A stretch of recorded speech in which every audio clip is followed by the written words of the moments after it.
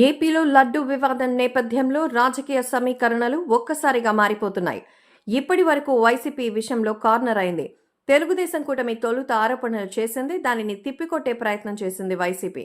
ఈ క్రమంలో కూటమి వర్సెస్ వైసీపీ అన్నట్టు పరిస్థితి మారింది. అయితే నిన్న తిరుపతిలో సనాతన ధర్మ డిక్లరేషన్ను పవన్ ప్రకటించిన సంగతి తెలిసిందే.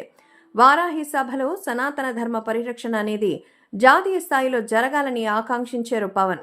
ఈ క్రమంలో కాంగ్రెస్ అగ్రనేత రాహుల్ గాంధీ తీరును కూడా ఆక్షేపించారు. తమిళనాడు డిప్యూటీ సీఎం డీఎంకే నేత ఉదయనిధి వైఖరిని కూడా తప్పుపట్టారు. దీంతో ఈ లడ్డు వివాదం యూటర్న్ తీసుకుంది, కొత్త వివాదాలకు కారణమవుతోంది. అయితే రాహుల్ గాంధీని పవన్ టార్గెట్ చేసిన నేపథ్యంలో దీనిపై AP Congress chief YS Sharmila తప్పుపట్టారు. అధికారం వచ్చాక పవన్ వేషం భాష మారిపోయాయి అన్నారు. ఉన్నత హోదాలో డిప్యూటీ సీఎంగా ఉన్న పవన్ అన్ని వర్గాలకు న్యాయం చేయాల్సిన అవసరం ఉంది అన్నారు. అన్ని మతాలను సమానంగా చూడాల్సిన అవసరం ఉందని గుర్తు చేశారు. ఒక్క మతమే ముఖ్యమన్నట్టుగా పవన్ మాట్లాడుతున్నారని ఆక్షేపించారు.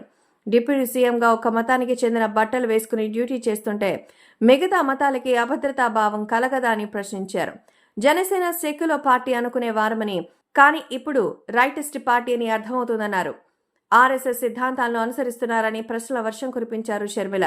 మణిపూర్లో బీజేపీ క్రైస్తవుల ఊచకోత చేస్తే పవన్ ఎందుకు మాట్లాడలేదని నిలదీశారు. మిగతా మతాలు అక్కర్లేదని వ్యవహరించడం దారుణమన్నారు. ప్రస్తుతం షర్మిల కామెంట్స్ సోషల్ మీడియాలో వైరల్ అవుతోంది. రాహుల్ గాంధీ గురించి ప్రత్యేకంగా ప్రస్తావించారు షర్మిల. కాశ్మీర్ నుంచి కన్యాకుమారి వరకు ప్రజల్లో సోదర భావం పెంపొందించేందుకు భారత్ జూడో యాత్ర చేసిన విషయాన్ని గుర్తు చేశారు. అలాంటి వ్యక్తి గురించి మాట్లాడి పవన్ తన స్థాయి దిగజార్చుకున్నారని తీవ్ర స్థాయిలో మండిపడ్డారు షర్మిల. అదే సమయంలో తిరుమల లడ్డూ వ్యవహారంపై సుప్రీంకోర్టు తీర్పును స్వాగతిస్తున్నట్టు షర్మిల తెలిపారు. స్వతంత్ర దర్యాప్తు సంస్థతో విచారణ చేపట్టాలని కోరింది. దీనిని రాజకీయం చేయాల్సిన అవసరం లేదని కూడా షర్మిల తేల్చి చెప్పారు. అయితే ఇప్పటి వరకు జనసేన విషయంలో, పవన్ కళ్యాణ్ విషయంలో గౌరవంగానే మెలిగారు షర్మిల. కానీ ఇప్పుడు పవన్ జాతీయ అంశాలు ప్రస్తావించేసరికి, ముఖ్యంగా కాంగ్రెస్ పార్టీకి వ్యతిరేకంగా మాట్లాడేసరికి షర్మిల స్పందించాల్సిన అవసరం వచ్చింది. పవన్ తీరును తప్పుపట్టాల్సి వచ్చింది. అయితే పవన్ కామెంట్స్ తర్వాత ఆయనపై వైసీపీ నేతలు టార్గెట్ చేసుకున్నారు.